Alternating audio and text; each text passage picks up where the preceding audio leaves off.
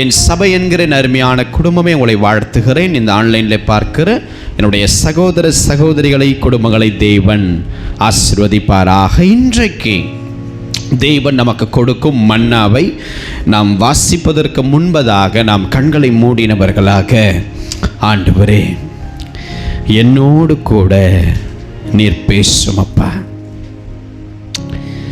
என்னோடு கூட நீர் பேசும். எத்தனை பேர் இருதயத்தில் கைகளை வைத்தவர்களாக, ஹல்லேலூயா, என் கூட பேசுங்கப்பா. ஆவியானவருடைய கரத்தில் ஒப்பு கொடுக்கிற நீர் வழி நடத்தும். இயேசுவின் நாமத்தில் பிதாவே, ஆமேன், ஆமேன், ஆமேன். நாம் வாசிக்க கேட்கலாம். மீகாவின் தீர்க்க தரிசன புஸ்தகம் 2ஆம் அதிகாரம் 13ஆம் வசனம். மீகா 2ஆம் அதிகாரம் 13ஆம் வசனம். தடைகளை நீக்கி போடுகிறவர் அவர்களுக்கு முன்பாக நடந்து போகிறார். அவர்கள் தடைகளை நீக்கி வாசலால் உட்பிரவேசித்து கடந்து போவார்கள். அவர்கள் ராஜா அவர்களுக்கு முன்பாக போவார். கர்த்தர் அவர்கள் முன் அணியில் நடந்து போவார். பாருங்க, தடைகளை நீக்கி போடுகிறவர் நமக்கு முன்பாக நடந்து போகிறார் என்று வேதம் சொல்லுகிறது. ஹல்லேலூயா. இன்றைக்கு தேவன் நமக்கு கொடுக்கிற ஒரு விசேஷித்த மன்னா என்னவென்றால், தடைகளை உடைக்கும் தேவன். ஹல்லேலூயா. எத்தனை பேர் கரம் உயர்த்தி சொல்ல விரும்புறீங்க, என்னுடைய தடைகளை என் தேவன் இன்றைக்கு உடைத்து நிர்மூலமாக்க போகிறார். ஹல்லேலூயா. எத்தனை பேர் விசுவாசமா சொல்றீங்க, தேவன் நம்முடைய வாழ்க்கையில் இருக்கிற தடைகளை இன்றைக்கு உடைப்பார்? எனக்கு அன்பானவர்களே, இந்த பூமியில் வாழும் ஒவ்வொரு மனிதர்களும் சொல்ற காரியம் என்னவென்றால், நீங்கள் வேதாகமத்தை கீழே வைத்துக் கொள்ளுங்கள். இந்த பூமியில் வாழும் ஒவ்வொரு மனிதர்களும் சொல்லுகிற ஒரு காரியம் என்னவென்றால், எனக்கு அநேக போராட்டங்கள் உண்டு மற்றும் என்னுடைய வாழ்க்கையில் அநேக தடைகள் உண்டு என்று சொல்லுவாங்க. பாருங்க, இந்த தடைகள் தம்முடைய வாழ்க்கையில் இருக்கிறதுனால உலகத்தார் சில பரிகாரங்கள் செய்து இந்த தடையை நம்முடைய வாழ்க்கை குடும்பத்தின் எல்லையை விட்டு வெளியேற்றலாம்னு சொல்லி பல பரிகாரங்களை உலகத்தார் செய்வார்கள். ஆனாலும் அந்த நேரத்தில் அந்த தடை விலகினதும் போல இருந்தாலும் அவர்களுக்கு அதை விட அதிக தடைகள் பின்னாட்களிலே உலகத்தாருக்கு உண்டாகும். எனக்கு அன்பானவர்களே, ஆனால் தேவனுடைய பிள்ளைகளாகிய நம்முடைய வாழ்க்கையிலே நம்முடைய பாதைகளில் இருக்கிற தடைகளை குறித்து நாம் கலங்கவோ பயப்படவோ கூடாது. காரணம், இன்றைக்கு அந்த கலக்கத்தை இன்றைக்கே நீங்கள் தெய்வ சமூகத்தில் விட்டு போயிடுங்க. காரணம் என்னவென்றால், உங்களுடைய தடைகளை உடைத்தெறிகிற ஒரு தேவனை நாம் இரட்சகராய் ஏற்றுக்கொள்ள இருக்கிறோம். ஹல்லேலூயா. தடைகளை உடைத்தெறிகிற ஒரு தேவன். ஹல்லேலூயா. அப்படிப்பட்ட சிறந்த பரிகாரியை நமக்கு சொந்த தேவனாக நாம் ஏற்றுக்கொண்டதனால் தேவன் நம்முடைய வாழ்க்கையில் இருக்கிற தடைகளை இன்றைக்கு விலக்கி விடுவித்து நம்மளை அருமையாய் நடத்த போகிறார். எத்தனை பேர் ஆமென் சொல்ல முடியும்? ஹல்லேலூயா. உங்களுக்கு முன்பாக அவர் கடந்து போகிறதுனாலே எல்லா தடைகளும் அவருடைய பிரசன்னத்தின் மகிமையினாலே அந்த தடைகள் விழும்படி அவருடைய மகிமை நமக்காக வேலை செய்ய போகிறது என்பதை நான் விசுவாசிக்கிறேன். சபை விசுவாசிக்கிறீர்களா? ஹல்லேலூயா. பக்கத்தில் திரும்பி தடைகளை குறித்து உன் கவலையை இன்னையோடு விட்டுடு சொல்லுங்க பார்க்கலாம். ஹல்லேலூயா, ஹல்லேலூயா. ஏன் தெரியுமா? நமக்கு முன்பாக கடந்து போகிற ஒரு தேவன், அவர் நம்முடைய ராஜாவாகவும் நம்முடைய சொந்த தகப்பனாகவும் அவர் இருந்து நமக்கு முன்பாக போகிறதுனாலே அந்த தடைகள் நம்முடைய வாழ்க்கையை விட்டு அது விலகி போகிறது. எனக்கு அன்பானவர்களே, நான் விசுவாசிக்கிறேன், பெரிய பெரிய தடைகள் எல்லாம் உங்கள் எல்லைகளுக்குள் இருக்கிற அந்த பெரிய பெரிய மதில் சுவரை போல் நிற்கிற தடைகள், அந்த ஆசீர்வாதங்களை நான் பெற்றுக்கொள்ள முடியாதபடி எனக்கு இவைகள் எல்லாம் இருக்குதுன்னு சொல்கிறீங்களே, அந்த தடைகள், எங்கள் நன்மைகளை நாங்கள் சுதந்திரிக்க முடியாதபடி இதெல்லாம் நிற்குதுன்னு சொல்கிறீங்களே, அந்த தடைகள், எனக்கு விரோதமாய் சத்ரு வைக்கிற ஒவ்வொரு தடைகள் என்று சொல்லுகிறீங்களே, அந்த தடைகள் போன்ற எல்லா தடைகளையும் நம்முடைய யூத ராஜ சிங்கமாகிய ராஜா ஒரு தகப்பனை போல் நமக்கு முன்பாய் கடந்து போகிறதுனாலே அந்த தடைகள் நம் வாழ்க்கையை விட்டு விலக போகிறது. எனக்கு அன்பானவர்களே, எத்தனை பேர் விசுவாசிக்கிறீங்க தடைகள் என் வாழ்க்கையிலிருந்து விலகி போகிறது என்று எத்தனை பேர் அறிக்கை செய்ய விரும்புகிறீங்க? ஹல்லேலூயா. நம்முடைய வாழ்க்கை என்கிற இந்த பாதையில் காணப்படுகிற தடைகளை தேவன் விலக்க போகிறார், உடைத்தெறிவார். அந்த தடைகளை நீக்கி மகிமையாய் நம்மளை நடத்தவும் போகிறார். எனக்கு அன்பானவர்களே, உங்கள் வாழ்க்கையில் என்னென்ன தடைகளினால் நீங்கள் சோர்ந்து காணப்படுறீங்க, உங்களுடைய கண்களுக்கு முன்பதாக அந்த தடைகளை நீங்கள் கொண்டு வாருங்க பார்க்கலாம். சிலருக்கு வேலையிலே உயர்வு வராமல் தடை, சில பிள்ளைகளுக்கு திருமண காரியங்கள் கைகூடாதபடிக்கு தடை, சிலருக்கு பிஸ்னஸ் ரன் பண்ண முடியாதபடி இருக்கிற தடை, சிலருக்கு குழந்தை பாக்கியத்தின் ஆசீர்வாதம் வர முடியாமல் இருக்கிற சாபத்தின் தடை, சிலருக்கு ஊழியங்களும் குடும்பத்திலும் அந்த குடும்பத்தினுடைய எல்லைகளுக்குள்ளாக இருக்கிற தடை, சிலருக்கு வரவேண்டிய நன்மைகளில் இருக்கிற அந்த தடை. இப்படி நான் சொல்லுகிறேன், எந்த தடை உங்கள் வாழ்க்கையில் இன்றைக்கு இருந்தாலும் நான் சொல்லுகிறேன், இயேசுவின் நாமத்தினாலே அவருடைய பிரசன்னம் அந்த தடைகளை இன்னைக்கு தகர்க்க போகிறது. அவருடைய பிரசன்னம் அந்த தடைகளையே உடைத்து நமக்கு வழியாய் மாற்றி அந்த காரியத்தை சீர்படுத்த போகிறார். அந்த தடைகளை உங்கள் வாழ்க்கையில் இருந்து விளக்கி விடுவித்து உங்களை அவர் நடத்த போகிறார். எனக்கு அன்பானவர்களே, எத்தனை பேர் கொஞ்சம் அப்படியே பக்கத்தில் திரும்பி பாருங்களேன். ஹல்லேலூயா. ஹல்லேலூயா. முகத்தை மட்டும் பாருங்களேன். ஹல்லேலூயா, ஹல்லேலூயா. இன்னைக்கு ரேஷன் கடையில் ஒரு சவரன் நகை இன்னைக்கு ரேஷன் கடையில் நீங்கள் கையை வச்சுட்டு வாங்கிட்டு போ அப்படின்னா அவ்வளவு சந்தோஷமாக ஓடி போவீங்கள்ல. அந்த மாதிரி கர்த்தருடைய ஒவ்வொரு வார்த்தையும் அது வெளியேற பெற்றது. ஆமென். உன்னுடைய அழுக்கு பிடித்த கரை நிறைந்த முகத்தை வைத்து கர்த்தருடைய ஆசீர்வாதத்தை ஆமென் ஆமென் அழுது கொண்டு பெற்றுக்கொள்ளாத, நாம் களி கூற வேண்டிய நேரம். ஆமென். ஹல்லேலூயா. அவருடைய பிரசன்னம்தான் நமக்கு எல்லாமே. ஆமென். ஹல்லேலூயா. அவருடைய பிரசன்னம் தான் நம்மளை அழகாக நடத்தும், நம்மளை வாழ வைக்கும், நம்மளை பலப்படுத்தும். தயவு செய்து சந்தோஷமாய் கர்த்தருடைய வார்த்தையை பெற்றுக்கொள்ளுங்கள் எனக்கு அன்பானவர்களே. அந்த தடைகளை அவருடைய பிரசன்னம் நம்முடைய வாழ்க்கையிலிருந்து நீக்கும்படியாக தேவனுடைய ஆசீர்வாதம் இன்றைக்கு நம்முடைய வாழ்க்கையில் காணப்பட போகிறது. கர்த்தர் சொல்லுகிறார், என் மகனே, என் மகளே, நான் உனக்கு முன்னாக போய் அந்த கோணலானவைகளை நான் செவ்வையாக்குகிற உன்னுடைய தேவன்.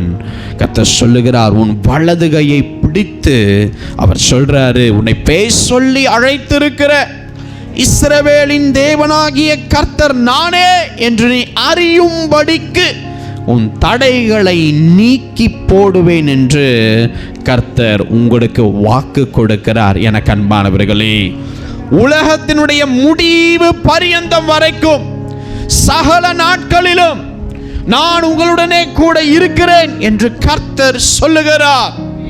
ஹல்லேலூயா. பல தடைகள் உங்கள் வாழ்க்கையில் இருக்கிறதுனால குழம்பின ஒரு நிலையில் இருக்கிறீங்க.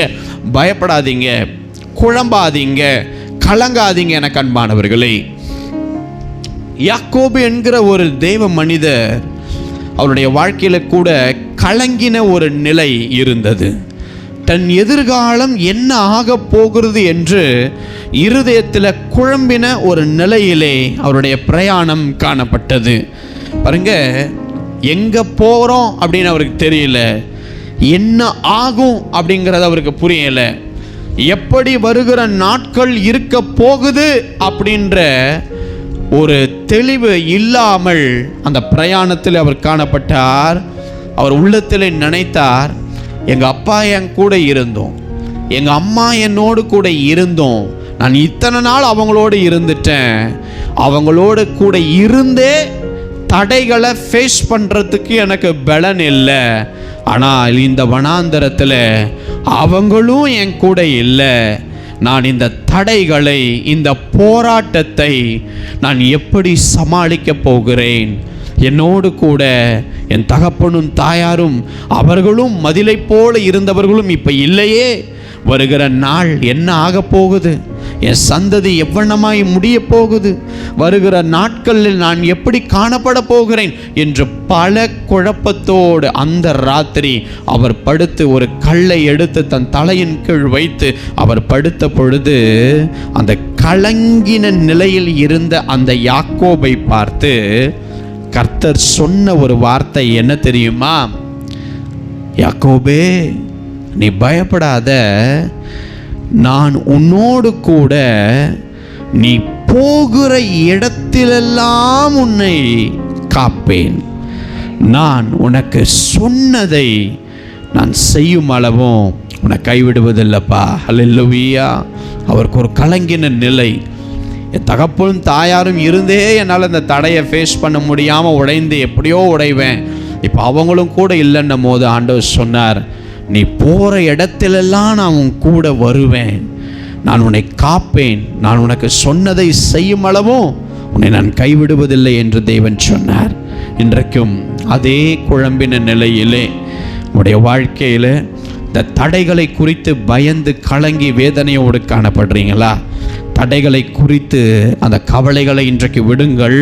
கர்த்தர் சொல்றாரு, அந்த தடைகளை நான் பார்த்து கொள்ளுகிறேன், நான் உன்னை காப்பாற்றி, நான் உன்னை வழி நடத்தி, நான் மகிமையான ஒரு முடிவை உனக்கு தந்து உன்னை கைவிடாதிருப்பேன் என்று கர்த்தர் சொல்லுகிறார். ஹல்லேலூயா, ஹல்லேலூயா. எத்தனை பேர் உடைய வாழ்க்கையில் ஃபெயிலியர்ஸ், தடைகள், முன்னேற முடியாதபடி, முன் செல்ல முடியாதபடி, போன இடங்களெல்லாம் அடைக்கப்பட்ட வாசல் வழிகள், ஒரு மேலே எழும்ப முடியாதபடி, ஒரு காரியத்தை துவங்கினதை முடிக்க முடியாதபடி எத்தனையோ தடைகள். நான் விசுவாசித்து சொல்லுகிறேன் கர்த்தருடைய வார்த்தையை, தடைகளை நீக்கி போடுகிறவர் அவர் நம்மோடு இருக்கிறார், நம் மத்தியில் இருக்கிறார், நமக்கு முன்பாக அவர் கடந்து போகிறவர். அவருடைய பிரசன்னம் அந்த தடைகளை, அவருடைய வல்லமை உடைத்தெறிய போகிறது. அல்லேலூயா. எத்தனை பேர் விசுவாசிக்கிறீங்களோ கரங்களை உயர்த்தி, என்னுடைய தடைகள், என்னுடைய மதில்கள், என்னுடைய போராட்டங்கள், என்னுடைய பிரச்சனைகள் ஆண்டவரே உங்க மகிமை பார்த்து கொள்ளட்டும். சொல்லுங்க பார்க்கலாம். உங்க பிரசன்னம் அவைகளை பார்த்து கொள்ளட்டும். ஆம், ஹல்லேலூயா. அதனால தான் யோபு என்கிற ஒரு பரிசுத்தவான் அதை குறித்து சொன்னார், தேவரீர் நீ சகலத்தையும் செய்ய வல்லவர், நீர் என் வாழ்க்கையில் செய்ய நினைத்தது தடைப்படாது என்பதை நான் அறிந்திருக்கிறேன். அப்படின்னா என் வாழ்க்கையில் பல தடைகள் இருக்கட்டும், ஆனால் என் தடைகளை உடைத்தெறிய நான் என் மகன் மகள் மத்திக்கு முன்பதாக செல்வேன், கூட இருப்பேன் என்று அவர் சொல்லிட்டார்னா, என் நன்மைகளை ஒருவனாலும் ஒருத்தினாலும் தடை பண்ண முடியாது என்பதை யோபு ஐயா சொன்னார். நீர் என் வாழ்க்கையிலே செய்ய நினைத்தது தடைப்படாது என்பதை நான் அறிந்திருக்கிறேன். ஹல்லேலூயா. அவர் உங்கள் வாழ்க்கையில் செய்ய போகிற நன்மைகள் சொல்கிறேங்க, அவர் உங்கள் வாழ்க்கையில் செய்ய போகிற நன்மை இன்னும் ஏராளமாக இருக்குது. அல்லேலூயா. சொல்கிறேன், அந்த நன்மைகளை, தடைகளை உடைத்த அந்த நன்மையை நமக்கு தருவார். அல்லேலூயா. தடைகளை விலக்கி நமக்கு நன்மை செய்ய போகிறார். தடையே வேண்டாம், போராட்டமே வேண்டாம், இந்த பாதைகள் வேண்டாம் பிரதர் அப்படின்னு நீங்கள் சொன்னீங்கன்னா, இல்லைங்க, அதன் மத்தியில் தான் தேவன் நம்மளை நடத்துவார். அல்லேலூயா. ஆமென். நம்ம என்ன பண்ணுறோன்னா, ஆல்ரெடி எனக்கு எல்லா பாதைகளும் போட்டிருக்கட்டும், அந்த பாதையை காட்டட்டும், நான் நடக்கிறேன் அப்படின்னு கர்த்தர்கிட்ட உட்காந்து கேட்டிங்கன்னு வைங்களேன், அவர் செம்மையான பாதையை தரிசனத்தில் காண்பிக்க மாட்டார். அவர் காண்பிக்கிறது என்னன்னா, பாதையே இல்லாத இடத்தை தான் காமிப்பார். காரணம், அதை உடைத்து அதையே பாதையாக்கி நான் உன்னை நடத்துவேன் என்று நம்முடைய எண்ணங்களை காட்டிலும் அவருடைய திட்டம் மேலானது. பக்கத்தில் திரும்பி சொல்லுங்க, நீ போடுற உன் கொஞ்ச திட்டத்தை விட அவருடைய திட்டம் எண்ணி முடியாதது. சொல்லுங்க.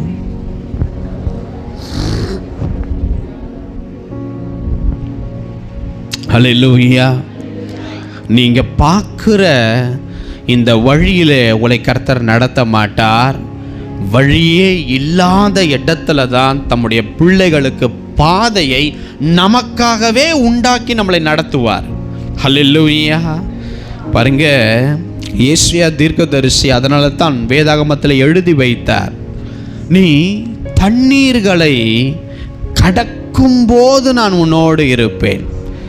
ஏன் தண்ணீர்கள் அதிகமாக இருக்குன்னா அதை ஏன் கடந்து போகணும்? வேற ரூட்டில் நான் போகிறேன்னு உலகத்தான் போவான். ஆனால் தேவனுடைய திட்டம் என்னன்னா, அதன் மத்தியில், அந்த பிரச்சனையின் மத்தியில் நான் கடக்க உனக்கு கிருபை தந்து அதை தடையை நீக்கித்தான் உன்னை நடத்துவேன்னு தேவ திட்டம். அதனால தான் அந்த தீர்க்கதரிசி எழுதினார், நீ தண்ணீர்களை கடக்கும் போது நான் உன் கூட இருப்பேன்.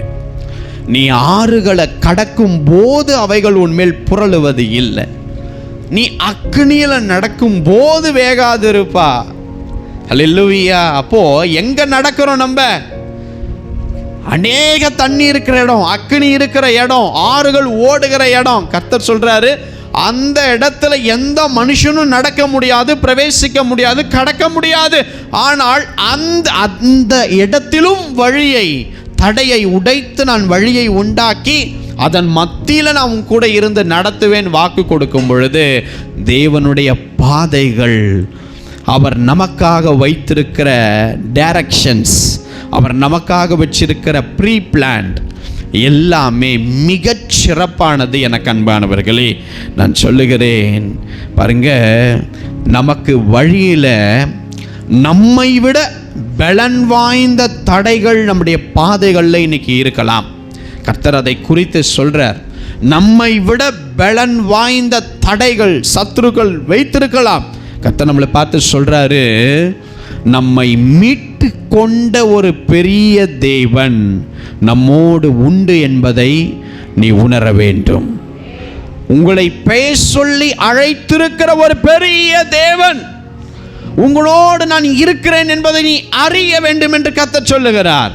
ஹல்லேலூயா. உன்னை மீட்டு கொண்ட ஒரு தேவன், உன்னை பேர் சொல்லி அழைத்த தேவன், நீ என்னுடையவன் என்னுடையவள் என்று அவர் தமக்காக உங்களை தேர்ந்தெடுத்த தேவன். அழைக்கப்பட்டவர்கள் அநேகராக இருந்தாலும் அதில் தெரிந்து கொள்ளப்பட்டவர்கள் சிலர். அந்த தெரிந்து கொள்ளப்பட்டதிலும் விசேஷித்த விதமாய் கர்த்தர் உங்களை தூக்கி இருக்கிறார் என்றால் எதற்காக தெரியுமா?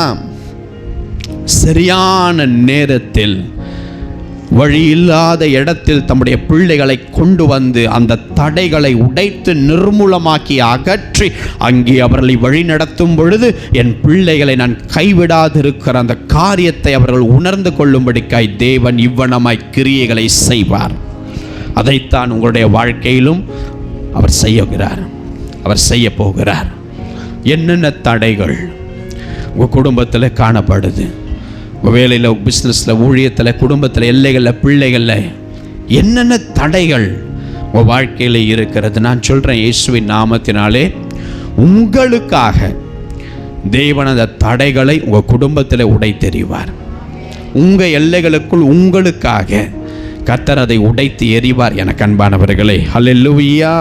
பாருங்க, ஒரு 3 வருடத்திற்கு முன்பதாக ஒரு வாலிப மகன் ஜெபிக்கும்படியாய் நான் அங்கே போயிருந்த பொழுது அவன் தேம்பி தேம்பி அழுதான். அண்ணா, நான் எவ்வளவோ முயற்சி செய்துட்டேன், என்னுடைய டிகிரியை நான் முடிச்சிட்டேன், என்னுடைய படிப்பை, என்னுடைய சர்டிஃபிகேட்ஸ் எல்லாம் வாங்கிட்டேன், பல வேலைகளுக்கு நான் ரெஸ்யூம்ஸ் போட்டேன், எனக்கு எங்கேயுமே வேலை கிடைக்கல. நான் உபவாசம் பண்ணிட்டேன், நான் வேதத்தை வாசிக்கிறேன், நான் சபைக்கு கரெக்டாக போகிறேன், எனக்கு என் வாழ்க்கையில் எனக்கு இந்த தோல்வி, இந்த போகிற இடத்துல எல்லாம் அடைக்கப்பட்ட வாசலை பார்த்து எனக்கு வாழ்க்கையே பிடிக்கலை, எனக்கு ரொம்ப கஷ்டமாக இருக்குது, எனக்கு ரொம்ப மன அழுத்தமாக இருக்குது அண்ணான்னு சொல்லி அவன் பயங்கரமாய் கண்ணீர் வடித்து அழுதான்.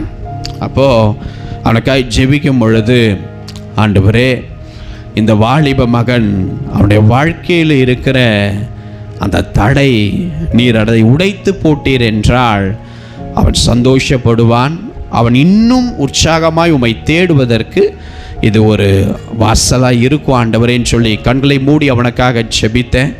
கர்த்தர் செய்த பெரிய கிருபை, 10 நாட்களில் அவன் எத்தனையோ வருஷமாய் வேலைக்கு முயற்சி செய்தும் கிடைக்கல, ஜெபித்த 10 நாளைக்குள்ளாகவே தேவன் அற்புதமான ஒரு வேலையை அவனுக்கு தந்தார். அவன் கொடுக்கும்போது சொன்னான்னா, இந்த வேலையில் கர்த்தருடைய கிருபையினால் என்னை எடுத்துட்டாங்க, இப்போ அடுத்து என்னன்னா 12 மாதம்தான் உனக்கு இந்த வேலைன்னு சொல்லி கான்ட்ராக்ட் போட்டிருக்காங்க.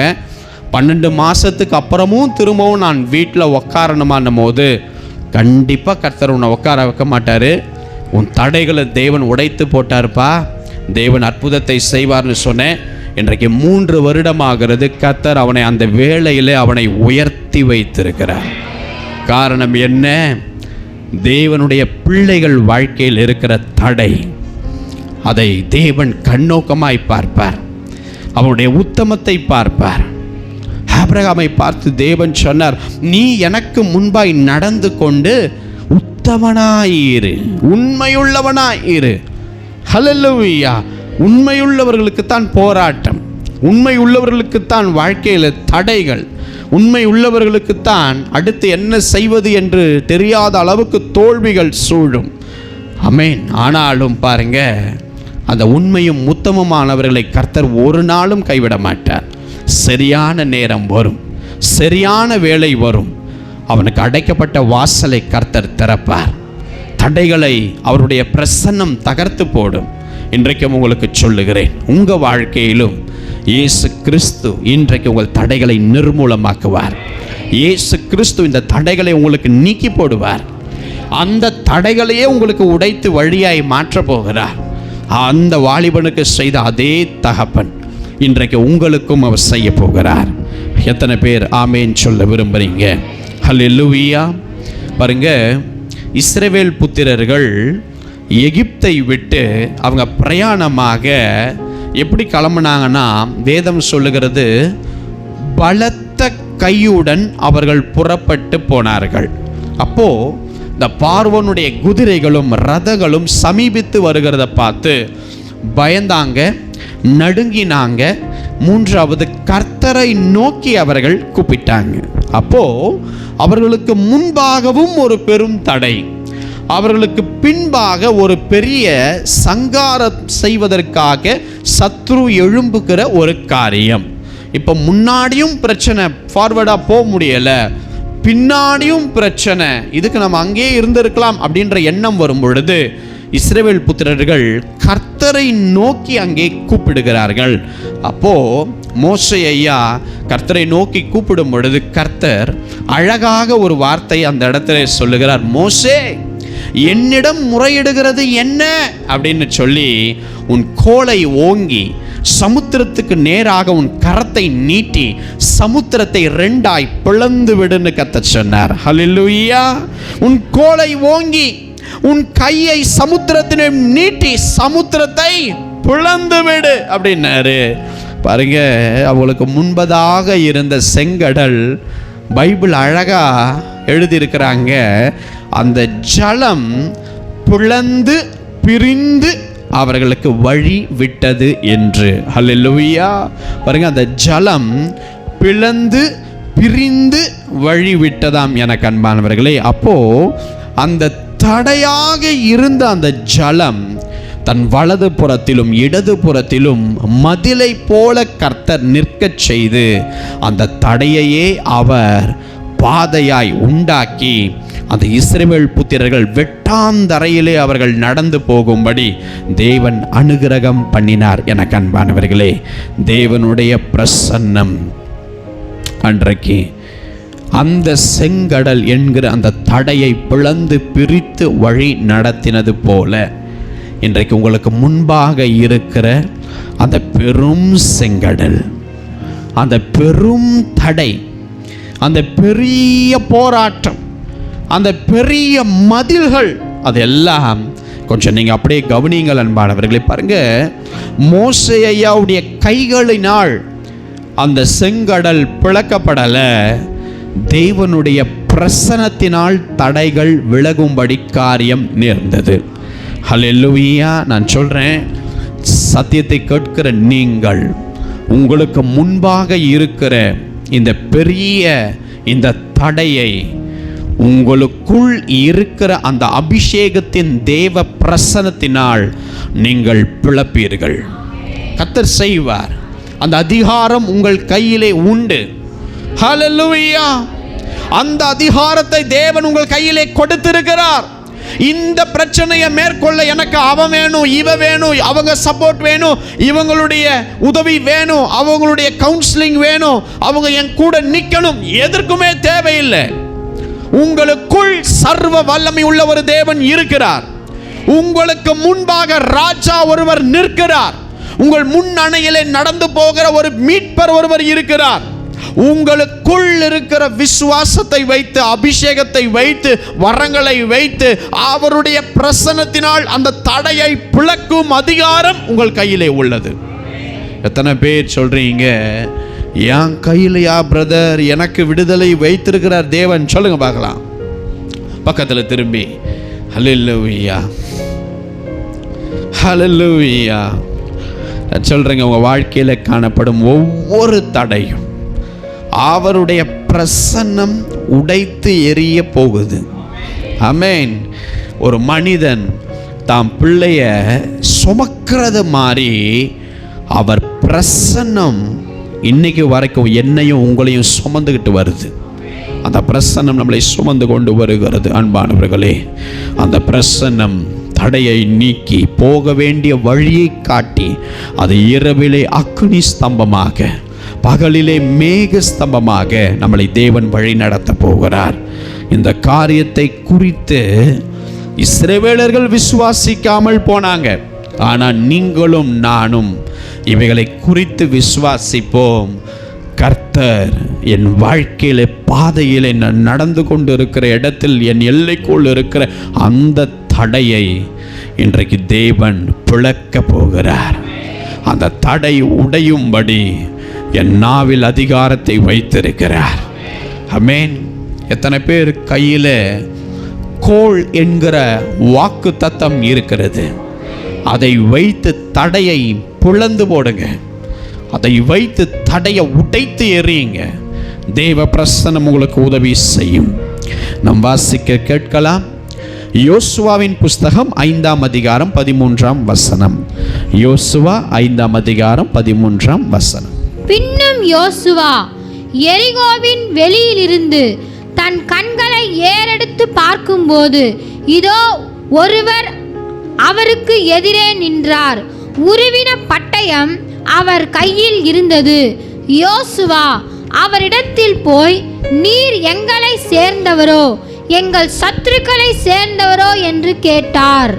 பாருங்க, யோசுவா எரிகோவுக்கு நேராக கண்களை ஏறெடுத்த பொழுது, நல்ல கவனிங்க, உருவின பட்டயத்தோடு ஒருவர் நின்று கொண்டிருந்தார்.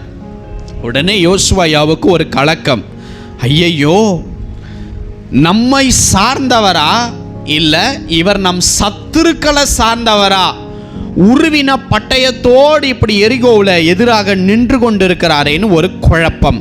அப்போ யோசுவா போய் சந்தேகத்தை தீர்க்கும்படி கேட்கிறாரு, நீர் எங்களை சேர்ந்தவரா இல்லை எங்கள் சத்துருக்களை சேர்ந்தவரா? நல்லா கவனிங்க. அப்போ அந்த தெய்வ மனிதர் அவர் சொல்ற ஒரு வார்த்தை, நான் கர்த்தருடைய சேனையின் அதிபதியாய் வந்தேன். உடனே கர்த்தர் சமூகத்தில் இருந்து அவருடைய சேனையின் அதிபதியாகிய ஒரு பலமுள்ள ஒரு தூதன் உருவின பட்டயத்தோடு நிற்கிற காட்சியை அவர் புரிந்த பின் உடனே யோசுவா தரையிலே முகங்குப்புற விழுந்து அவர் சொல்றாரு, அடியேனுக்கு சொல்லுகிறது என்ன? நான் என்ன செய்ய வேண்டும்? தேவன் என்ன செய்தியை உங்களிடத்தில் கொடுத்திருக்கிறார் என்று அந்த உருவின பட்டயத்தை பார்த்த அந்த சேனையின் அதிபதியாகிய அந்த தேவ தூதன் பலமுள்ளவரை பார்த்த பொழுது யோசுவா கலங்கி என்னத்தை ஆண்டவர் சொல்ல போறாரோன்னு அப்படியாக வியந்து அவர் முகங்குப்புற இருக்கும் பொழுது, அடுத்து நடக்க போகிற ஒரு பெரும் ஜெயத்தை குறித்து இந்த யோசுவாவுக்கு அந்த பலமுள்ள தேவதூதன் செய்ய வேண்டிய காரியத்தை சொல்லி கொடுத்தார். அப்போ தேவ மகிமையினால் எப்படி இந்த எரிகோ உடைந்து விழப்போகிறது என்கிற காரியங்களை அவருக்கு விவரித்து சொல்ல ஆரம்பித்தார். அப்போ அந்த சேனையின் அதிபதி யோசுவாவை பார்த்து சொன்னார், உன் கால்களில் இருக்கிற இந்த பாத ரட்சைகளை நீ கழற்றி போடு, நீ நிற்கிற இந்த இடம் பரிசுத்தம் உள்ளது என்று சொன்னார்.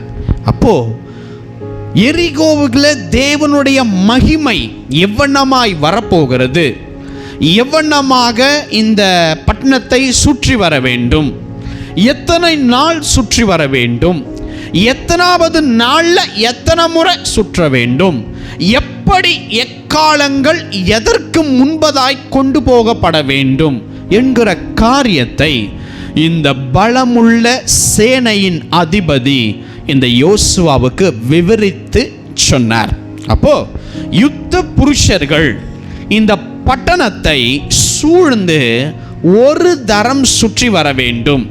இப்படி 6 நாளைக்கும் ஒரு முறை, 6 முறையாக 6 டேஸ்லையும் இப்படி சுற்றி வர வேண்டும். அப்போ உடன்படிக்கை பெட்டிக்கு முன்பதாக எக்கால சத்தங்களை இந்த ஆசாரியர்கள் பெட்டிக்கு முன்பதாக போய் இந்த எக்காலங்களை பிடித்து கொண்டு 7ஆவது நாளில் மட்டும் 7 தடவை இந்த பட்டணத்தை சுற்றி வர வேண்டும்.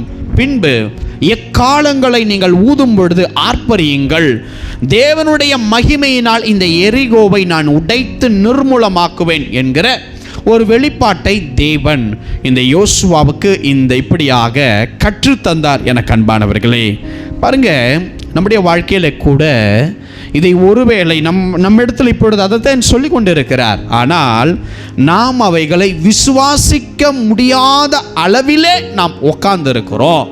ஆனால் இன்றைக்கு நான் உங்களிடத்தில் சொல்லுகிறதை போல அன்றைக்கு அந்த தேவ தூதன் யோசுவாவை பார்த்து சொல்லும் பொழுது அவர் முகங்குப்புற விழுந்து அதை விசுவாசித்து அவர் தடையை உடைக்க போகிறதை அவர் அனுபவித்து சந்தோஷித்து துதித்து அவர் மகிமைப்படுத்தினார். ஆனால் இன்றைக்கு அதே காரியத்தை கர்த்தர் உங்களிடத்தில் சொல்லும் போது உங்கள் இருதய சிந்தனைகளை தேவன் பார்த்து கொண்டு இருக்கிறார். எனக்கு அன்பானவர்களே, பாருங்க, அந்த பெரிய அந்த எரிகோவின் அந்த தடை கற்கள், அதாவது ஒரு மனுஷனால இது சாத்தியம் கிடையாது. இன்னொன்று, இஸ்ரவேல் புத்திரர்கள் ஏராளமாய் இருந்தாலும் எரிகோவினுடைய பட்டணம் சொல்ற அளவுக்கு ஒரு பெரிய பட்டணம் கிடையாது. அதனால தான் அந்த 7ஆவது நாளில் 7 தடவை சுற்றி வந்தாங்க. என்ன இருந்தாலும் அந்த எரிகோவில் காணப்பட்ட அந்த சுவரில் இருந்த அந்த பெரும் பலு, அது மகிமையாய் அது அவர்களுக்கு காணப்பட்டது. காரணம், அது ஒரு பெரிய ஒரு பாதுகாப்பின் கேடகமாக அந்த சத்துருக்களுக்கு அந்த தேசத்திற்கு இருந்தது. ஆனால் பாருங்க, தேவனுடைய பிரசன்னம் அவர்கள் ஆர்ப்பரித்த பொழுது அந்த எரிகோவின் மதில் உடைந்து விழுந்தது. அன்பானவர்களே, இன்றைக்கும் தேவன் உங்கள் வாழ்க்கையில் இருக்கிற அந்த தடை எரிகோவை போல பலமுள்ளதாக இருக்கலாம். இன்னைக்கு கர்த்தர் என் மூலம் உங்களோட பேசுகிறதை நீங்கள் எப்படி விசுவாசிக்கிறீர்களோ அவ்வண்ணமாகத்தான் உங்கள் வாழ்க்கையில் கிரியை செய்யுமே தவிர எல்லாருக்கும் அப்படியாக ஒரே மாதிரியாய் காரியங்கள் நடக்காது. காரணம், அவர்களுடைய விசுவாசத்தின்படி கர்த்தர் காரியத்தை செய்வார். அவர்கள் நன்மைக்கு ஏதுவானபடி தேவன் செய்வார். அவர்கள் தேவனோடு இருக்கிற ஐக்கியங்களை பார்த்து தேவன் செய்வார். அவர்கள் தேவனோடு இருக்கிற அந்த உண்மைத்துவத்தை பார்த்து தேவன் செய்வார். ஹல்லேலூயா. இன்றைக்கு தேவன் உங்களுக்காக ஒரு பலமுள்ள தூதனை அனுப்ப போகிறார்.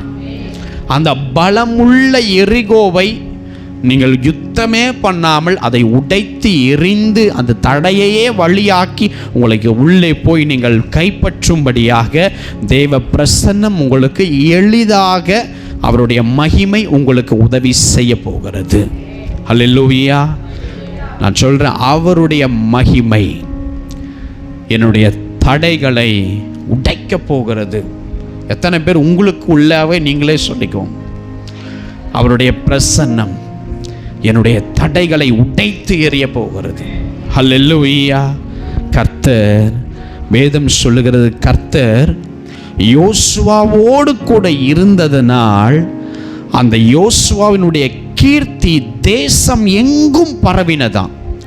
அதே தான் தேவன் உங்களுக்கும் செய்ய போகிறார். அவர் பாரபட்சமுள்ள தேவன் அல்ல. இவனுக்கு இதை செய்யணும், அவளுக்கு இவ்வளவு கம்மியாக கொடுக்கணும், அப்படியெல்லாம் கிடையாது. அவருடைய உண்மை, அவருடைய மன நேர்மை, அவர்கள் தேவனோடு இருக்கிற அந்த ஐக்கியம், இவைகள் எல்லாம் பார்த்து தேவன் பாருங்க, உங்களையும் தேவன் உங்களோடு கூட இருக்கிறதை உங்களுடைய கீர்த்தி தேசம் எங்கும் பரவ போகிறது. நான் சொல்கிறேன், ஹல்லேலூயா. உங்களுடைய பெயரை கர்த்தர் பரப்புவார் அந்த பாதி. காரணம், அந்த தடை அந்த அளவுக்கு பெரிதாக இருந்தாலும் அவர் பெரிய காரியத்தை நம்ம வாழ்க்கையில் செய்ய போகிறார். ஹல்லேலூயா. பாருங்க, இந்த தடைகளை கர்த்தர் நம்மளை இப்படி உடைத்து நம்மளை ஆசீர்வதிக்கிற ஒரு காரியம் உண்டு. ரெண்டாவது ஒரு காரியம் உண்டு. சாத்தானானவன் தேவனுடைய மனுஷனுக்கும் கடவுளுக்கும் நடுவிலே தடை என்கிற ஒரு பிளவை அவன் கொண்டு வருகிற ஒரு கெட்ட ஒரு துஷ்டனாய் அவன் காணப்படுகிறான். தேவனுக்கும் மனுஷனுக்கும் நடுவிலே ஒரு தடையை அவன் சாத்தான் உண்டு பண்ணுவான், பிளவை ஏற்படுத்துவான். நம் செய்கிற பாவத்தையே அவன் என்ன பண்ணுவான், தடையா மாற்றுவான். நம்ம வாழ்க்கையில அடுத்து கர்த்தருடைய ஆசீர்வாதத்தை பெறுவதற்கு இவங்களுக்கு தடையை உண்டு பண்ணணும்னு சத்துருன் அந்த பாவத்தையே தடையா, கடவுளுக்கும் நடுவில், உங்களுக்கும் கடவுளுக்கும் நடுவில் ஒரு பெரும் பிளவை, தடையை அவன் ஏற்படுத்துவான். இந்த காரியங்களை அவன் சிந்தித்து அவன் செய்வான். இதில் நாம் அதற்கு இடம் கொடுக்காமல் நாம் இதில் ஜாக்கிரதையாய் காணப்பட வேண்டும் அன்பானவர்களே. அதனால தான் தாவீது ஐயா இப்படி எழுதினார், உமது சமூகத்தை விட்டு என்னை தள்ளிராதீங்கப்பா. உங்க சமூகத்தை விட்டு என்னை தள்ளாமலும் உம்முடைய பரிசுத்த ஆவியை என்னிடத்திலிருந்து எடுத்துக்கொள்ளாதிரும். அப்படின்னா எனக்கும் உமக்கும் நடுவில் எந்த பிளவும் வரக்கூடாதுப்பா. நான் உங்க பிரசன்னத்திலேயே எப்பயுமே இருக்கணும். என்னையும் உங்களுக்கும் நடுவில் என்னால் செய்கிற பாவத்தினால் சாத்தான் தடையை உண்டு பண்ணிடக்கூடாது. என் வாழ்க்கையில் இருக்கிற தடை உடையணுமே தவிர என் வாழ்க்கையில் தடை வருவதற்கு நானே காரணமாய் அமையாதபடி உங்க சமூகத்தை விட்டு என்னை தள்ளாம இருங்கன்னு சங்கீதத்திலே அவர் எழுதினார். எத்தனை பேர் ஆமேன்னு சொன்னீங்க? உங்களுக்கும் அவருக்கும் நடுவிலே ஒரு பெரும் பிளவு அது வராமல் நீங்கள் காத்து கொள்ள வேண்டும். அல்லேலூயா, அல்லேலூயா. எத்தனை பேர் ஆண்டவரை நான் எக்காலத்திலும் ஸ்தோத்தரிப்பேன், அவர் துதி எப்போதும் என் வாயில் இருக்கும், அதெல்லாம் சொல்கிறது ரொம்ப ஈஸி, ரொம்ப ஈஸி.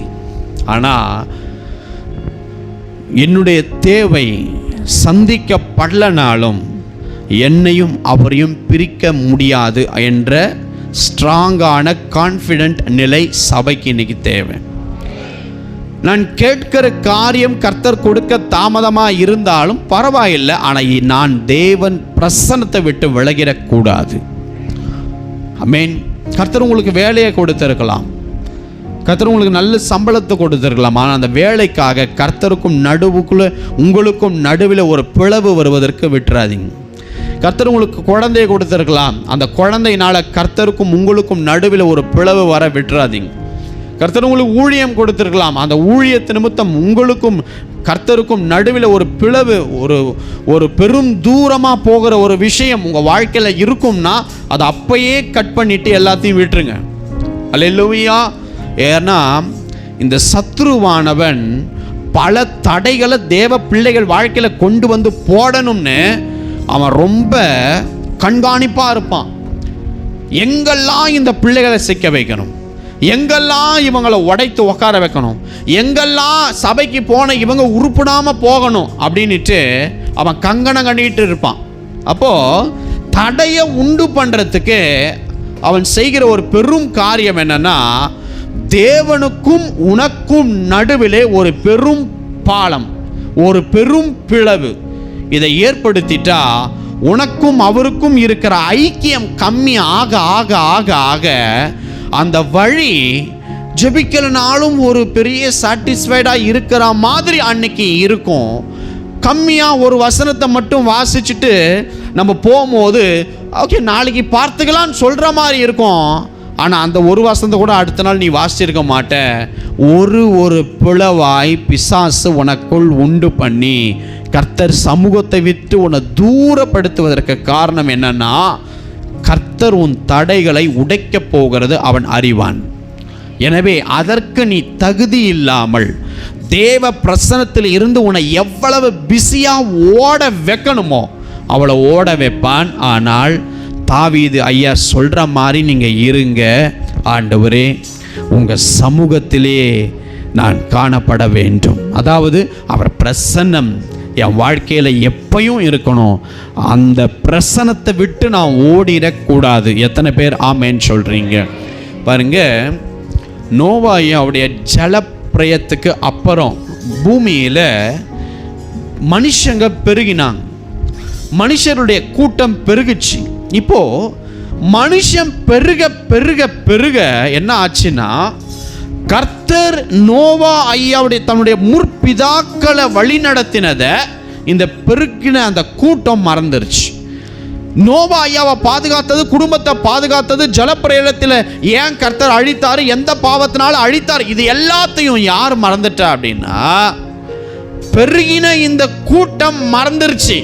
இப்போ சாத்தான் பார்க்கிறான், இந்த பாவம் இந்த பூமியில் இருந்ததுனால கர்த்தர் எல்லாத்தையும் வாஷ் அவுட் பண்ணிட்டாரா, இரு நான் திரும்பவும் இதே மனிதர்களை அன்றைக்கு ஆதாம் ஏவாளை தேவ சமூகத்திலிருந்து விளக்கின மாதிரி இந்த மனுஷ கூட்டத்தை திரும்ப நான் கர்த்தர் சமூகத்திலிருந்து விலகச் செய்கிறேன். ஒரு பாளையத்தை, ஒரு பாலத்தை, ஒரு பிரிவை, ஒரு தடையை நான் உண்டு பண்ணுவேன்னு சாத்தான் எண்ணி இந்த பெருகின அந்த கூட்டத்துக்கு போய் ஒரு சிந்தனைக்குள் அவன் வைத்தான். என்ன தெரியுமா? இங்க பாருங்க, அவனுக்குள்ள அந்த மனுஷர்களுக்குள்ள அந்த சிந்தனையில போய் அவன் வைத்த தாட் என்ன அப்படின்னா, பூமி எங்கும் நாம் சிதறி போகாதபடிக்கு நாம் ஒரே இடத்திலே இருப்போம். இன்னொன்று, நாம ஒரு பெரிய கோபுரத்தை கட்டுவோம், நாம ஒரு பெரிய நகரத்தை ஸ்ட்ரக்சர் பண்ணி நம்ம அப்படியாக கட்டுவோம். நமக்கு கையில் இருக்கிற இந்த செங்கல் இதெல்லாம் வைத்து கொண்டு இப்படியாக பொருளை யூஸ் பண்ணி நாம ஒரு கோபுரத்தை கட்டுவோம். இப்போ கட்டி தேவனுக்கு மகிமை வேணாம், நமக்கு பேர் வர்றதுக்காக கட்டுவோம் அப்படிங்கிற ஒரு சிந்தையை சாத்தான் இந்த பெருகின நோவாவின் குடும்ப சந்ததிகளுக்குள் திரும்ப இந்த பூமியில கடவுளுக்கும் இவர்களுக்கும் ஒரு தடை வர வேண்டும் என்பதற்காக சாத்தான் கொண்டு வந்து அவங்க சிந்தனையில் வைத்தான். தெரியுமா? கடவுள் தான் எல்லாத்தையும் உண்டாக்கினார். இனி கடவுள் என்ன, எங்களுக்கு இருக்கிற ஞானத்தினால நாங்களே ஒரு கோபுரத்தை கட்டி எங்க பெயரே நாங்க வச்சு நாங்க சந்தோஷமா வாழ்ந்துப்போம், கடவுள்லாம் எங்களை நடத்த வேண்டாம் அப்படிங்கிற ஒரு துர் ஆலோசனையை சாத்தான் அந்த மனிதர்களுக்குள் கொண்டு வந்து வைத்து ஒரு நகரத்தை கட்ட ஆரம்பித்தார்கள். ஒரு பெரிய பாபேல் என்கிற ஒரு கோபுரத்தை, அப்படியாக அந்த நகரத்தையே அவர்கள் கட்ட ஆரம்பித்தார்கள். எனக்கு அன்பானவர்களே, பாருங்க, அவங்க கட்டுகிற அந்த நேரத்திலே தேவன் பூமியில இறங்கி இந்த காட்சியை பார்க்கிறார். அவங்க கர்த்தர் நாம மகிமைக்காக கட்டி இருந்தா கர்த்தர் விட்டிருப்பார். அவன் இனி கடவுள்ல எங்களை நடத்த தேவையில்லை, எங்களுக்கு இருக்கிற ஞானத்தில் நாங்கள் கட்டிப்போம், நாங்கள் வாழ்ந்துப்போம், கடவுள்ல எங்களுக்கு தேவையில்லை. இந்த குணாதிசயத்தோடு சாத்தான் கிரியை செய்கிறது இந்த மனிதர்கள் அறியாதிருந்தார்கள். அப்போ பாருங்க, இந்த தேவ பயம் இல்லாத இந்த சந்ததி இந்த நகரத்தை, கோபுரத்தை, பாபேல் அந்த நகரத்தை கட்டும் பொழுது கர்த்தர் இறங்கி பார்த்து, பூமியில் அப்போ ஒரே பாஷை தான்.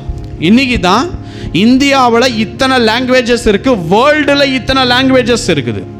அன்னைக்கு ஒரே பூமியில் ஒரே பாஷை தான் இருந்துச்சு, ஒரே லாங்குவேஜ் தான் இருந்துச்சு. கர்த்தர் அந்த நகரத்தை கட்டும் பொழுது இறங்கி அதை அருவருப்பா பார்த்த பொழுது இவனுங்க ஒரே பாஷையை பேசுறாங்க. இப்போ என்ன பண்றாருன்னா, இவன் பேசுறதை இவன் தெரிஞ்சாதானே இவன் கட்டுவான்றதுக்காக கர்த்தர் அவன் சிந்தனைகளில் தேவன் கை வைத்து என்ன பண்றாருன்னா, அவன் வார்த்தையை தாறுமாறாக்குகிறார். அதாவது வெவ்வேறு மொழிகளை, இப்போ நான் பேசுறது உங்களுக்கு புரியாது, உங்களுக்கு பேசுறது எனக்கு தெரியாத அளவுக்கு கர்த்தர் இறங்கி அந்த மனிதர்களுக்குள் வெவ்வேறு பாஷைகளை பேசும்படி, லாங்குவேஜஸை பேசும்படி வார்த்தைகளை தாறுமாறாக்கினார். எனவே அவங்க இந்த கட்டுகிற அந்த கோபுரத்தை கட்டுவதற்கு நிறுத்தினார்கள். என அன்பானவர்கள், தேவன் என்ன பண்ணார்னா அவங்கள சிதறி போக பண்ணினார். அதாவது இந்த உலக பூமியில அங்கங்க சிதறி போக பண்ணார். அப்படி இந்த உலகம் முழுவதும் இன்றைக்கு இருக்கிற மக்கள் வெவ்வேறு மொழிகள் வந்ததற்கு காரணம் இதுதான். என அன்பானவர்களே, அப்போ கொஞ்சம் யோசித்து பாருங்க, கர்த்தர் அவங்க பாஷையை தாறுமாறாக்கினது, கர்த்தர் அவர்களை பூமி எங்கும் சிதறி பண்ணத காரியம். அதற்கு அந்த நகரத்தினுடைய பெயர் பாபேல் என்று அழைக்கப்பட்டது. ஆவிக்குரிய ரீதியிலே அந்த பாபேல் என்று அவர்கள் கட்டின அந்த கோபுரத்தில் இருந்துதான் அநேக இச்சையின் ஆவிகள், வேசித்தன ஆவிகள், விபச்சாரத்தின் ஆவிகள், கள்ள ஆவிகள், பெரும் சிலைகளின் அசுத்த வழிபாடுகள் போன்று மக்களை இன்னும் கர்த்தருக்குள் இருந்து பிரிப்பதற்காக, தடையை உண்டு பண்ணுவதற்காக சாத்தானானவன் அந்த கோபுரத்தில் இருந்து அவனுடைய ஒரு தங்குகிற ஒரு இடமாகவும் மாற்றிக்கொண்ட ஒரு கூடாரமாக இது மாறினது பின்னாட்களிலே. என அன்பானவர்களே, அப்போ நல்லா கவனிங்க, கர்த்தர் நமக்கு இதை நமக்கு சொல்லித்தரார் அப்படின்னா, உங்களுக்கும் அவருக்கும் ஒரு இணைப்பு இருக்கணும். எப்பயுமே ஒரு தகப்பன் தன் பிள்ளையினுடைய கரத்தை இறுக்க பிடித்திருக்கிறது போல இந்த பொய்யான இந்த உலக வாழ்க்கையில், பூமியில், பாவத்தின் பூமியில் தேவனோடு கூட நாம் இருக்க வேண்டும். நம்மோடு கூட அவர் அப்பொழுது இருப்பார். நமக்கும் அவருக்கும் ஒரு சின்ன கேப் கூட, ஒரே ஒரு நாள் கூட வராமல் நீங்கள் காத்து கொள்ள வேண்டும். எனக்கு அன்பானவர்களே, காரணம் அந்த சின்ன ஒரு லேசினஸ், அந்த பிரிவினை நமக்கு பெரிய பாதிப்பை உண்டு பண்ணிவிடும். அதற்காக ஜாக்கிரதையாக இருங்கள் என்று தேவ ஆவியானவர் உங்களுக்கு சொல்லுகிறார். அப்போ அவருடைய பிரசன்னம் உங்கள் வாழ்க்கையில் இருக்கிற தடையை உடைக்க போகுது. அதற்கு சத்துரு உங்களை எப்படி எடுத்து பயன்படுத்துவான் என்றால், அவர் வாக்கு உனக்கு நிறைவேறாதபடிக்கு உன்னுடைய தேவ சமூகத்திலே உட்கார விட மாட்டான், ஜெபிக்க விட மாட்டான், வேதத்தை வாசிக்க விட மாட்டான், கண்ணீர் சிந்தி போராடி ஜெபிக்கிற அந்த அனுபவத்தை உங்களை விட மாட்டான். எந்திரிச்சு பிஸியாக ஓடவே வச்சுக்கிட்டு இருப்பான். நீங்கள் நினைப்பீங்க அது தேவன் என்று. இல்லை, அவர் என் இருதயத்தை பார்க்குறார், அப்படியே நம்ம வேலை செய்யும் போதே நம்ம ப்ரேயர் பண்ணுவோம். அந்த வீட்டில் அந்த ப்ரேயரே இருக்காது. எதுக்குதுக்கோ ஓடி இருப்போம். சமையலுக்கு ஓடி இருப்போம், பிள்ளைகளுக்கு கலப்புறதுக்கு ஓடி இருப்போம், வேலைக்கு ஓடி இருப்போம், என்னென்னமோ பண்ணியிருப்போம். அங்கே கர்த்தர் அப்படியே தூரத்துலேருந்து பார்ப்பார். அவருக்கு 0%, உலகத்துக்கு 99% நமக்கு நேரம் கொடுப்போம். இல்லை இல்லை இல்லை, நல்லா புரிஞ்சுக்கோங்க. உங்கள் வாழ்க்கையில் இருக்கிற அந்த தடையை சுவாமி நீக்க போகிறார். அதற்கு அந்த தடையை அவர் நீக்கும் பொழுது நீங்கள் தெளிவாக புரிந்து கொள்ளணும், எனக்கும் என் தேவனுக்கும் ஒரு பிளவு வராமல் நான் காத்து கொள்ள வேண்டும். ஆமென், ஆமென். பாருங்க, உங்களுடைய முகத்தை பார்த்தா நீங்கள் ஜெபிக்கிறவங்களா இல்லையா அப்படின்னு சொல்கிறத விட உங்களுடைய ஆவிக்குரிய வளர்ச்சியை பார்த்தாலே தெரியும் நீங்கள் ஆண்டவரோடு கூட எப்படி இருக்கிறீங்க, எந்த அளவுக்கு வந்திருக்கிறீங்க, எந்த அளவுக்கு ஒரு வேதத்தை தியானிக்கிற லெவலுக்கு வந்திருக்கீங்க, எந்த அளவுக்கு ஒரு ஆத்துமா உடைந்திருக்கும் பொழுது அதை தேற்றுவதற்கு எந்த அளவுக்கு தேவன் உங்களை பக்குவப்படுத்தி இருக்கிறார், எந்த இடத்துல எந்த சுவிசேஷத்தை சொல்லணும், எந்த இடத்துல எப்படி ஜெபிக்கணும், இந்த ஆவிக்குரிய பகுத்தறிவெல்லாம் உங்கள் வாழ்க்கையில் எவ்வளவு வந்திருக்கிறதோ இந்த ஆவிக்குரிய வளர்ச்சியை வைத்துத்தான் நீங்கள் கணித்து கொள்ள வேண்டும். தேவனோடு ஐக்கியத்தில் நான் இருக்கிறேனா இல்லையா? அல்லேலூயா. நம்ம சபைக்கு வரோம், ரொம்ப நல்லது. ஆனால் மீதம் 6 நாளும் அவருடைய பிரசன்னத்தில் உக்காராமல் ஓடும் பொழுது இந்த சாத்தானானவன் நம்முடைய வாழ்க்கையில் அநேக தடைகளை உண்டு பண்ணுவான். இல்லை இல்லை இல்லை, அந்த தடையெல்லாம் கர்த்தர் இன்னைக்கு உடைக்க போகிறார். அந்த தடையுடைய வேல்யூ உங்களுக்கு புரியணும். ஒரு எரிகோவை உடைச்சது இன்றைக்கி 6000 வருஷமாக 4000 வருஷமாக உட்காந்து பேசி கிடக்கிறோம். அது எவ்வளவு மகத்தானது. ஹல்லேலூயா. ஒரு பிரயாணத்தில் போகிற ஒரு பெருங்கூட்டமுக்கு செய்ததை நம்ம இவ்வளவு நாள் தியானிக்கிறோம். நம்முடைய வாழ்க்கையிலும் தேவன் அதைத்தான் செய்ய போகிறார். நம் இயேசு கிறிஸ்து நம்முடைய வாழ்க்கையில் இருக்கிற தடையெல்லாம் இன்றைக்கு உடைக்க போகிறார். அத்தனை தடையும் உன் குடும்பத்தை விட்டு உடைய போகுது. அத்தனை தடைகளும் இலவசமாய் உனக்கு இதிலிருந்து விடுதலை தந்து உன்னை அருமையாய் நடத்த போகிறார். ஆனால் திரும்ப அந்த தடையை சாத்தான் உனக்குள் உண்டு பண்ணுவதற்கு நீ ஒரு பிளவை உனக்கும் தேவனுக்கும் ஏற்படுத்தினால் அது பெரிய மதிலாக திரும்ப வரும். எனக்கு அன்பானவர்களே, நாம் கடைசியாக வாசிப்போம் நெகேமியாவின் புஸ்தகம் 6ஆம் அதிகாரம் 14ஆம் வசனம் 15ஆம் வசனம். நெகேமியா 6ஆம் அதிகாரம் 14, 15. என் தேவனே, தொபியாவும் சன்பல்லாத்தும் செய்த இந்த செய்கைகளுக்கு தக்கதாக நீர் அவர்களையும் நொவதியால் என்னும் தீர்க்கதரிசியானவளையும் எனக்கு பயமுண்டாக்க பார்த்த மற்ற தீர்க்கதரிசிகளையும் நினைத்து கொள்ளும். அப்படியே அலங்கமானது 52 நாளைக்குள்ளே கட்டப்பட்டு எலூல் மாதம் 25ஆம் தேதியிலே முடிந்தது. நல்ல கவனிங்க, நீங்கள் வேதாகமத்தை கீழே வைத்துக் கொள்ளுங்க அன்பானவர்களே.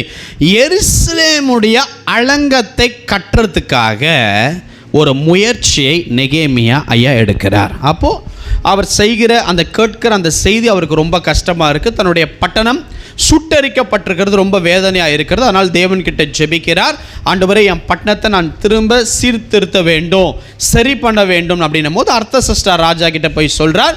அவர் ஜெபம் பண்ண மாதிரியே அந்த ராஜா கண்களில் ஒரு தயவு கிடைக்கிது. அந்த இடத்தை கட்டும்படி அவர் பிரயாணம் போகிறார். நல்லா கவனிங்க, யூதா தேசத்துக்கு அனுப்பும்படி அந்த ராஜா கிட்ட கேட்கும்போது கர்த்தருடைய கிருபையினால் அவருக்கு தயவு வந்து யூதா தேசத்துக்கு போக ஒரு வழியை திறந்து விட்டார். இப்போ என்ன நடக்குது அப்படின்னா, தேவாலயத்திற்கு அங்கே போய் என்ன பண்ணணும்னா கதவு வேலைகள் இருக்குது. அவர் வீட்டில் தங்கி வேலை செய்கிறதுக்கு வீடு அந்த மரத்தினால் கட்டணும். நகர அலங்கத்தின் வேலைகள் வேறு இருக்குது. இப்போ நகர அலங்கத்தினுடைய வேலைகள் இருக்குது, வீட்டின் வேலை இருக்குது, அந்த சபையினுடைய வேலைகள் இருக்குது, அப்புறம் இந்த கதவு போன்ற மரங்கள் தேவைப்படுகிற ஒரு வேலை இவருக்கு இருக்குது. இப்போது அந்த ராஜா கிட்ட தன் யூதா தேசத்துக்கு போக கிளம்பும் பொழுது ஒரு கடிதம் கேட்கிறார். என்ன கடிதம் அப்படின்னா, இந்த ஆசாப் கொஞ்சம் மரங்களை கொடுத்தா நான் போய் என்னுடைய சுட்டரிக்கிற பட்டணத்தை சீர்திருத்தி அதை நான் சரி பண்ணி திரும்ப தேவ மகிமை வர இப்படியாக நான் சரி பண்ண ஆசாப் எனக்கு இந்த மரங்களை கொஞ்சம் கொடுக்கட்டும், ஒரு கடிதம் கொடுங்க அப்படின்னு அர்த்தசஷ்ட ராஜா கிட்ட இந்த நெகேமியா கேட்கிறார். தேவனுடைய கிருபையினால் அந்த அர்த்தசஷ்ட ராஜா மனம் இறங்குகிறார். தயவு கிடைக்குது, கடிதம் கிடைக்குது. ஆசாப் கிட்ட போய் அப்படியே மரத்தை வாங்கிக்கிறார். அப்புறம் போகிற பிரயாணத்தில் அவர் அந்த பட்டணத்துக்கு போகிறதுக்கு ஆட்கள் விடுவதற்கும் கடிதங்களை எழுதி இந்த ராஜா தருகிறார்.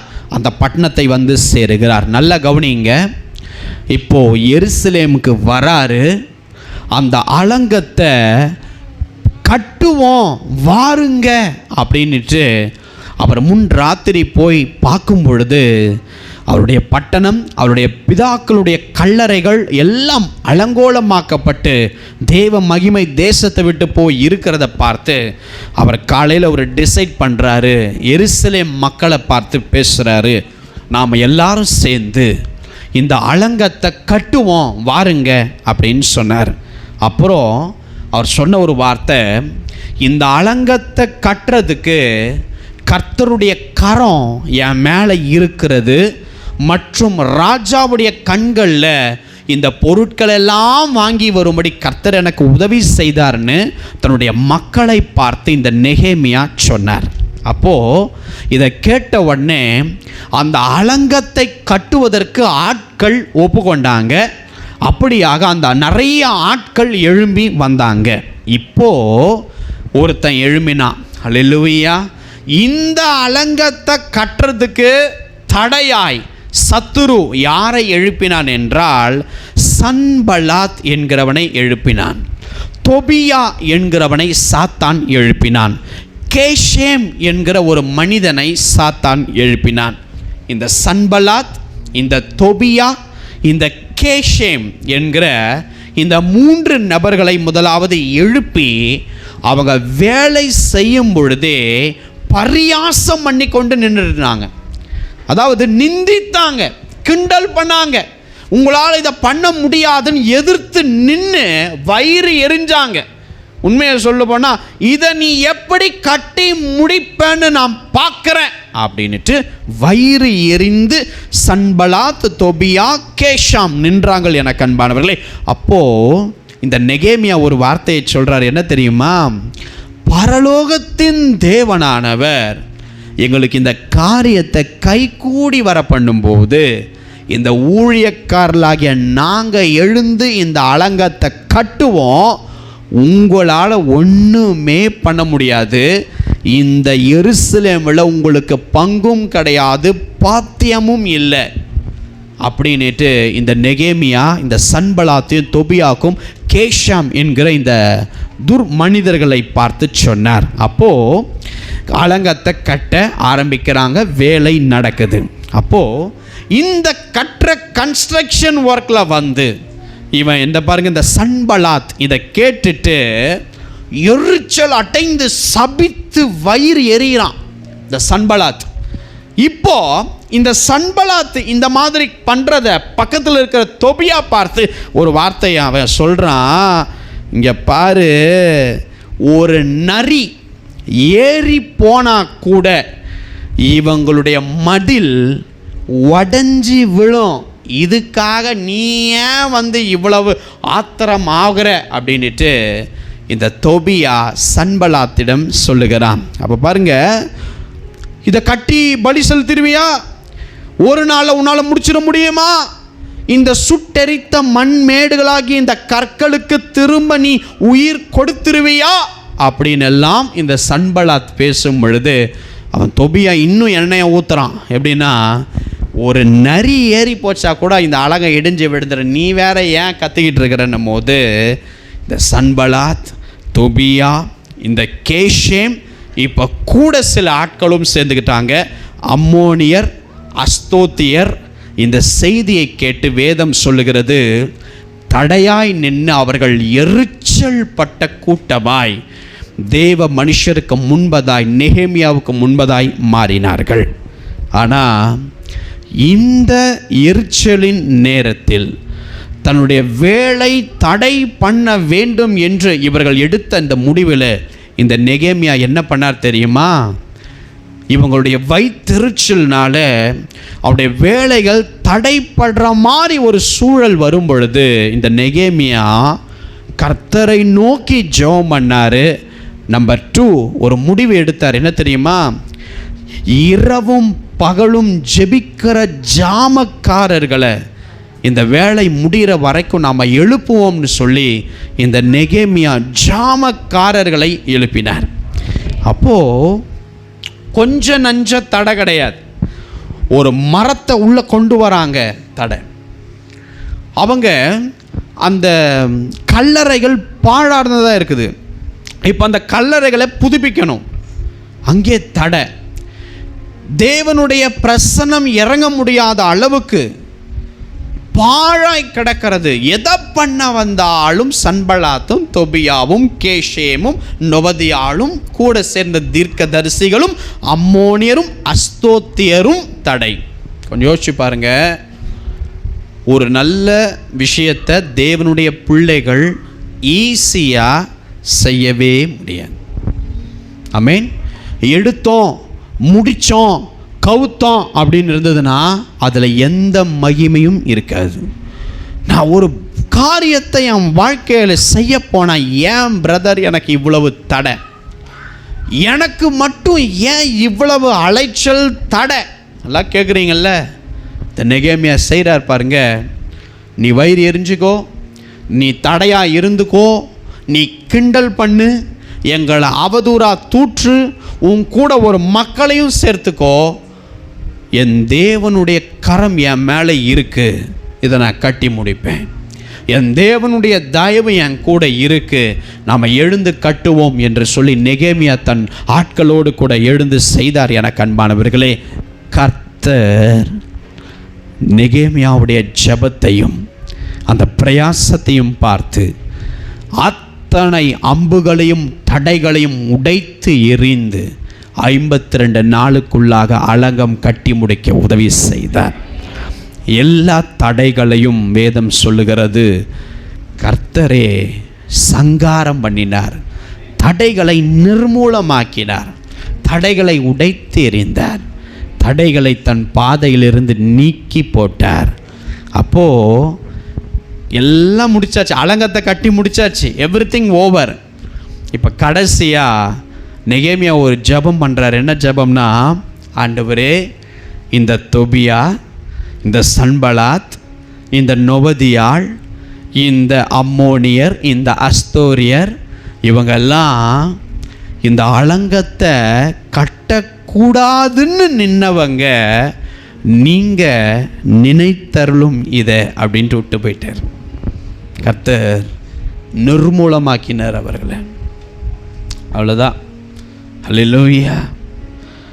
தடைகளை கர்த்தர் உடைத்தெறிகிற தெய்வன். தம்முடைய பிள்ளைகளுடைய வாழ்க்கையில் இப்படிப்பட்ட ஞானமுள்ள ஜெபம், அந்த தடைகளை கர்த்தர் நிர்மூலமாக்கினார். வேலைகள் அற்புதமாய் நடந்தது. தடைகளை நீக்கி போட்டார். அதுக்கப்புறம் காரியம் வாய்த்தது. அப்போ தேவ பிரசன்னம் தடைகளை உடைத்தெறிந்து உங்களை வழியை காண்பித்து, கர்த்தருடைய சமூகம் உங்களுக்கு முன்னாடி போகிறதுனால அந்த பிரசன்னம் உங்கள் வாழ்க்கையில் இருக்கிற தடைகளை இன்னைக்கு நீக்க போகிறது.